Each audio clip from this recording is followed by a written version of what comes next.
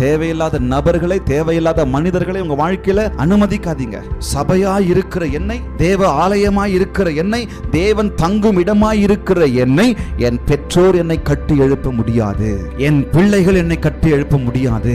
என் கணவனோ என் மனைவியோ என்னை கட்டி எழுப்ப முடியாது. எந்த ஞானியும் என்னை கட்டி எழுப்ப முடியாது. எந்த அறிவாளியும் என்னை கட்டி எழுப்ப முடியாது. எந்த போப்பும் என்னை கட்டி எழுப்ப முடியாது. எந்த பிஷப்பும் என்னை கட்டி எழுப்ப முடியாது. எந்த தீர்க்கதரிசியும் என்னை கட்டி எழுப்ப முடியாது. எந்த பாடகரும் எந்த வொர்ஷிப் லீடரும் என்னை கட்டி எழுப்ப முடியாது. எந்த பாஸ்டரும் என்னை கட்டி எழுப்ப முடியாது. எந்த அரசியல்வாதியும் என்னை கட்டி எழுப்ப முடியாது. எந்த நாயகனும் கதாநாயகனும் எந்த மனுஷனும் என்னை கட்டி எழுப்ப முடியாது. கர்த்தர் ஒருவரே, கர்த்தர் ஒருவரை தவிர வேறு யாராலும் என்னையும் உங்களையும் கட்டி எழுப்ப முடியாது. என்னாலும் என்னை கட்டி எழுப்ப முடியாது. கர்த்தர் ஒருவரை தவிர. ஹல்லேலூயா.